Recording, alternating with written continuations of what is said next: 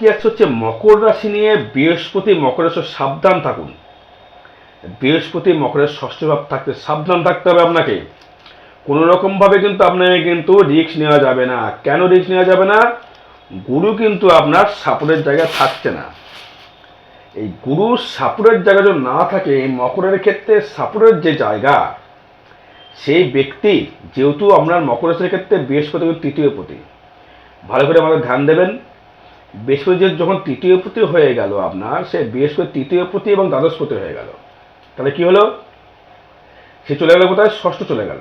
কোথায় গেল? গেল হচ্ছে মৃগশিরা নক্ষত্রে প্রবেশ করলো। মৃগশিরা নক্ষত্রে প্রবেশ করে ফেললো। সে প্রবেশ করার জন্য সে মকর রাশির ক্ষেত্রে মঙ্গল কিন্তু একাদশপতি। বৃহস্পতিকে আমি তিনটের কথা বলবো, সাবধান থাকতে বলবো। আমি থ্যাম্বল দিয়েছি, আমি দেখে বুঝতে পারছি কেন বলতে। চিন্তার বিষয় রয়েছে, অবশ্যই চিন্তার বিষয় রয়েছে এখানে। কারণ দ্বাদশে বৃহস্পতির দৃশ্যে থাকা মানে কিন্তু আপনার গুরুহানিও করতে পারে, গুরুহানি অবধি হতে পারে, এবং আপনার লিভার জন্ডিস অবধি হতে পারে। জন্ডিস, লিভার ফাংশন থেকে ডিস্টার্বেন্স, লিভারে ফ্যাটি লিভার হতে পারে। আর শুধু কি সাবধানের কথা বলতে চাইছি, আরও বিষয় কথা বলতে, তিনটি বিষয় নিয়ে যেটা যখন বলেছি আমি, আরও বিষয়ের কথা আমি বলবো অবশ্যই করে। বেশি ষষ্ঠস্থ ভাব মানে কিন্তু সবসময় নেগেটিভ ভাবলে চলবে না। কারণ এই বৃহস্পতি মকরের ক্ষেত্রে কিন্তু তৃতীয় পতি দ্বাদশপতি হওয়ার জন্য সেই মকরের ষষ্ঠ অবস্থান করছে।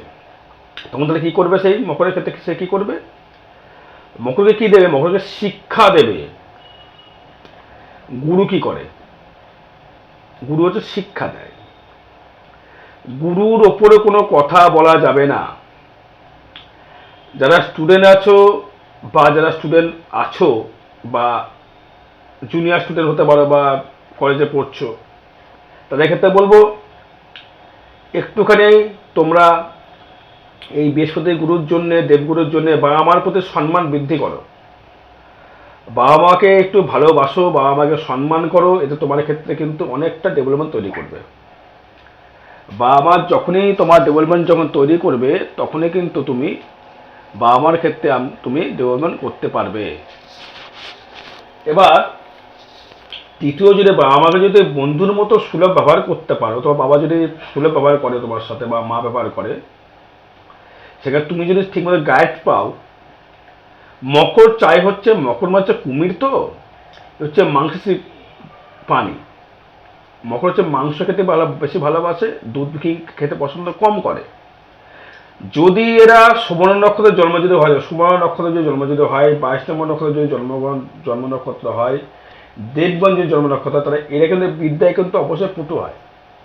বিদ্যায় কিন্তু এরা প্রচুর অগ্রসর করতে পারে, বিদ্যায় অনেক দূর যেতে পারে, তারা হায়ার স্টাডি করতে পারে যদি সুবর্ণ নক্ষত্র হয়। মকরের ক্ষেত্রে কিন্তু 21 নম্বর নক্ষত্র হয়, উত্তরাশা নক্ষত্র, 22 হচ্ছে সুবর্ণ নক্ষত্র, 23 হচ্ছে ধনুষ্য নক্ষত্র। এবার দেখা গেল যে আপনার 21 নম্বর নক্ষত্রের জন্ম হয়েছে, সেক্ষেত্রে আপনি বৃহস্পতি চলে যাবে কিন্তু মৃগশিরা নক্ষত্র চলে যাবে হচ্ছে মঙ্গল নক্ষত্র চলে যাবে, মঙ্গল নক্ষত্র চলবে। তবে কি হলো?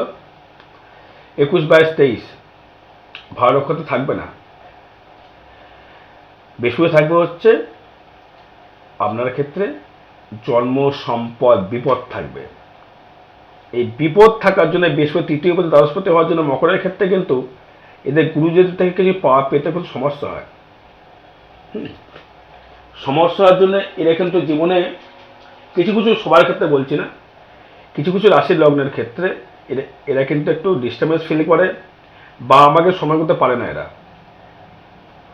মাকে সম্মান করতে জানে না, এরা মাকে সম্মান করে না, মায়ের প্রতি খুব প্রেশার ক্যাট করে। তাই বলছে যারা স্টুডেন্ট আছো, সাবধান থাকো, মায়ের প্রতি বাবার প্রতি কর্তব্য পরায়ণ হও।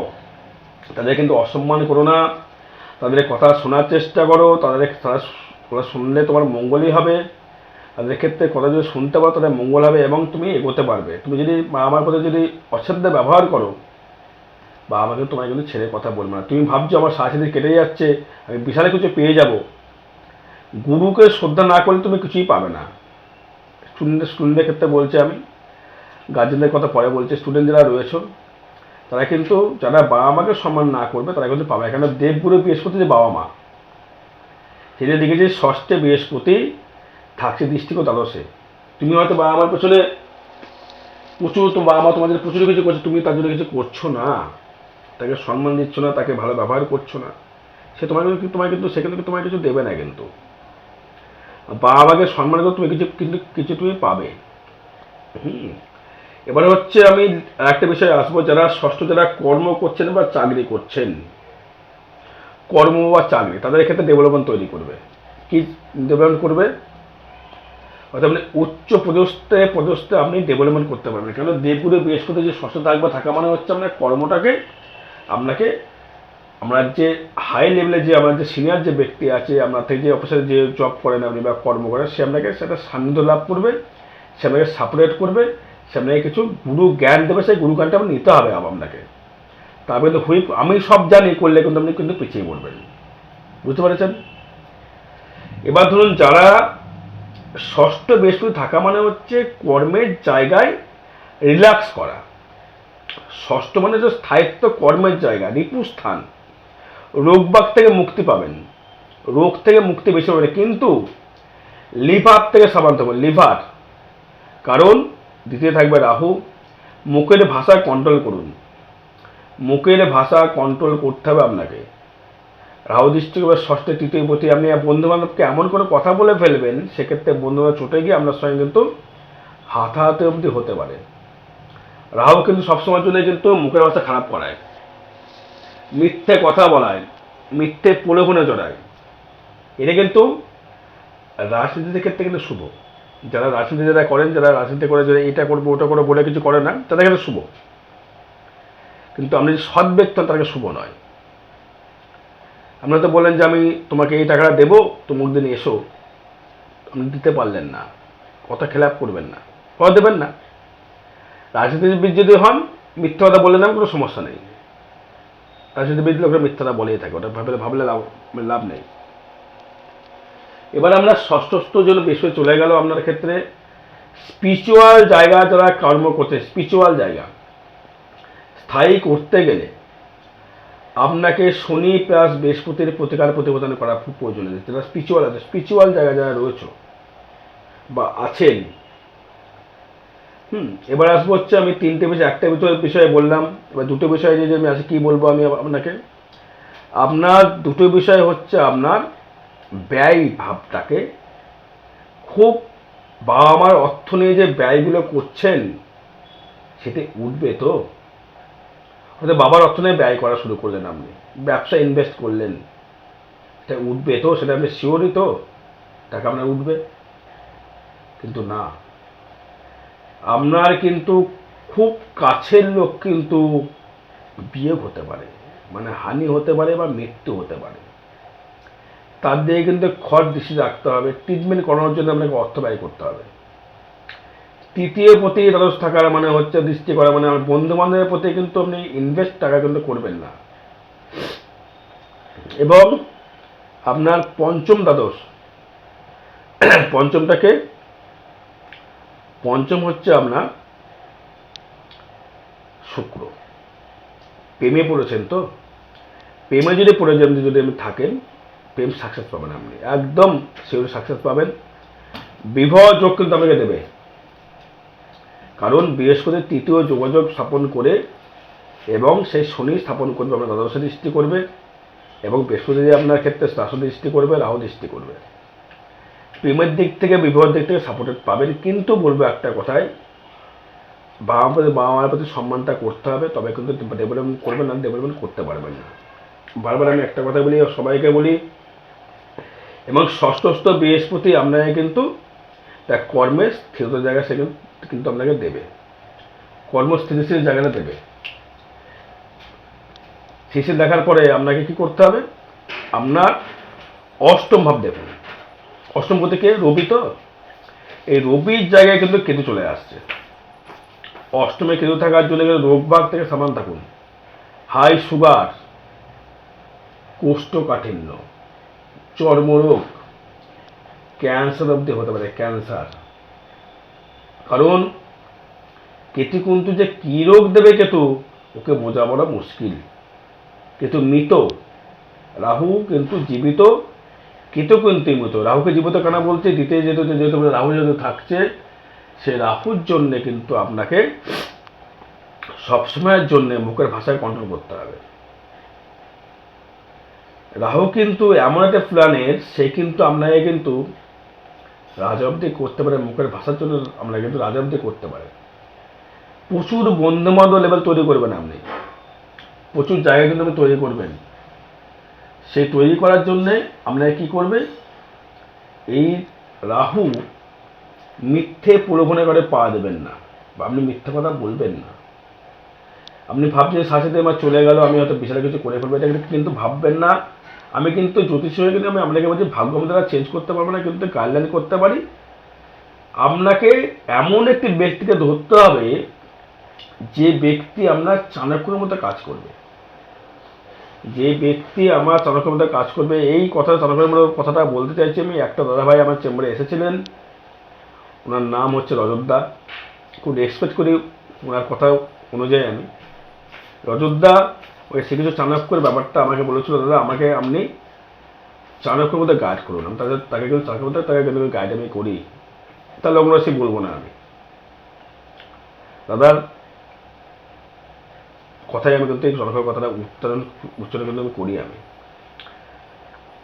এই চাণক্যর ব্যাপারটা, এই বৃহস্পতি কিন্তু চাণক্যের মধ্যে যদি কাজ তাকে লাগাতে যদি চান, বৃহস্পতিকে আপনাকে সাপোর্ট করার জন্যে আপনাকে রাহুকে কোনো মিথ্যা কথা বলা যাবে না।